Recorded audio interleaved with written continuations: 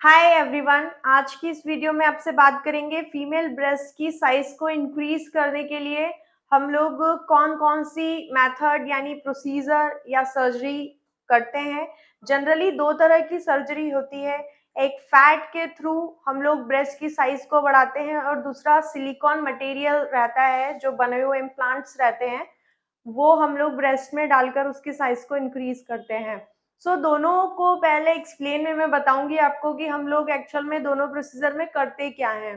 पहले breast fat grafting पर आते हैं। आपको नाम से पता चल रहा है कि इसमें फैट डालते हैं। इसमें सबसे पहले हम बॉडी के उन पार्ट्स को कॉम्बिनेशन में पार्ट्स, जैसे किसी का टमी हो गया, हिप हो गया, थाई हो गया, या फिर किसी के ओनली टमी से जितनी मात्रा में हमें एक्चुअल में फैट चाहिए रहता है बॉडी के अनादर पार्ट से हम लोग निकाल कर और उस फैट को लाइपोसक्शन की मेथड से जनरली हम निकालते हैं। जिसके बाद हम उस फैट को सेंट्रीफ्यूज करते हैं और जो सेंट्रीफ्यूज के बाद फैट रहता है उसी को हम लोग ब्रेस्ट के अंदर डालते हैं। ये फैट खुद ही की बॉडी का रहता है तो इसमें किसी भी तरह के साइड इफेक्ट नहीं होते हैं।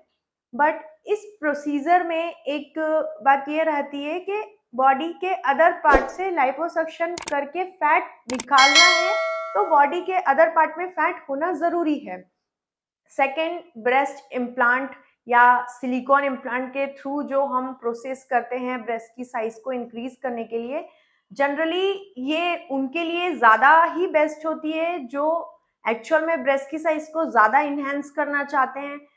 इसमें हम लोगों के पास जितना भी साइज का आप ब्रेस्ट इम्प्लांट यूज हम लोग जितनी भी साइज का ब्रेस्ट इम्प्लांट यूज करना चाहते हैं वो बॉडी के वेट हाइट के अकॉर्डिंग जो साइज पेशेंट के लिए कंफर्टेबल रहता है वो हम यूज कर सकते हैं।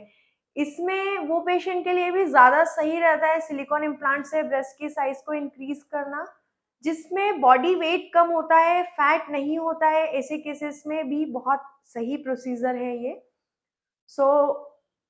दोनों का आपको एक्सप्लेन में मैंने बताया कि किस तरह से हम लोग करते हैं। सेकंड, ब्रेस्ट फैट ग्राफ्टिंग में कुछ अमाउंट में फैट एब्जॉर्ब होता है क्योंकि वो खुद ही की बॉडी का फैट रहता है।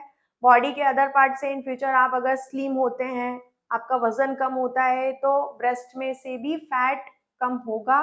और जनरली सर्जरी के बाद भी जब फैट ग्राफ्टिंग का प्रोसीजर किया है तो महीने 2 महीने के बाद जो हमने अभी किया है वो स्टेबल हमेशा नहीं रहता है, साइज थोड़ा बहुत कम होता है। साथ ही अगर इसी मैटर पे हम सिलिकॉन इम्प्लांट का देखें तो लॉन्ग लाइफ तक जो साइज हमने डाला है वही रहेगा। ना ही सिलिकॉन इम्प्लांट श्रिंक होते हैं, ना ही अपने साइज से ज़्यादा बड़े होते हैं। जो साइज हमने डाला है वो ऑलवेज वैसा ही रहता है। तो गाइज, दोनों प्रोसीजर के साइड इफेक्ट की बात कर लेते हैं या फिर सर्जरी के बाद क्या प्रॉब्लम्स फेस करना पड़ती है पेशेंट को, इसके बारे में बात करूंगी। ब्रेस्ट फैट ग्राफ्टिंग में जनरली सर्जरी के बाद ब्रेस्ट में स्वेलिंग रहती है और फैट ग्राफ्टिंग के बाद लंप भी बनने के चांसेस रहते हैं।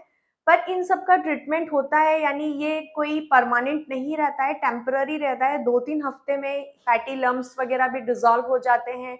जो फैट ग्राफ्टिंग के बाद जिस भी एरिया से फैट निकाला है वहां पे भी थोड़ी स्वेलिंग रहती है, तो वो टाइम के साथ साथ 2-3 हफ्ते में चीजें नॉर्मल हो जाती है। सेकेंड, ब्रेस्ट सिलिकॉन के साथ जो हमने साइज को इंक्रीज किया है वो प्रोसीजर में भी 1 से 1.5 हफ्ते तक जो है ब्रेस्ट में स्वेलिंग रहती है। धीरे धीरे करके नॉर्मली जो फीमेल्स के ब्रेस्ट में सॉफ्टनेस रहती है वो आ जाती है। सेकेंड, अगर देखा जाए तो सिलिकॉन इम्प्लांट वाला प्रोसीजर इजी प्रोसीजर रहता है। 1.5 आवर का प्रोसीजर रहता है। सेम डे शाम में छुट्टी हो जाती है, हॉस्पिटल से डिस्चार्ज हो जाता है। पेशेंट डेली रूटीन का सारा वर्क नेक्स्ट डे से कर सकता है। दोनों प्रोसीजर में स्पेशली ज्यादातर हमारे जो पेशेंट है वो सिलिकॉन इम्प्लांट की तरफ आते हैं।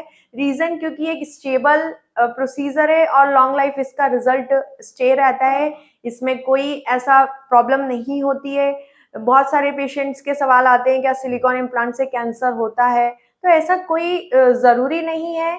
जब जेनेटिकली अगर किसी तरह के पेशेंट के परिवार में कैंसर के चांसेस है तो वो उसको जनरली होंगे, बट ये हमारी सिलिकॉन इम्प्लांट से कोई चेंजेस नहीं होते हैं या कोई कैंसर जैसी चीज़ें डेवलप नहीं होती है।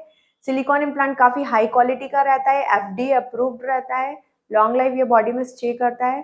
सो गाइज ये डिफरेंस है। इसके अलावा आपको कुछ भी अगर इस चीज़ के बारे में और पूछना है तो हमारे दिए गए नंबर पर कॉल करके हमसे बात करके पूछ सकते हो। Thank you for watching us. Please like share and subscribe.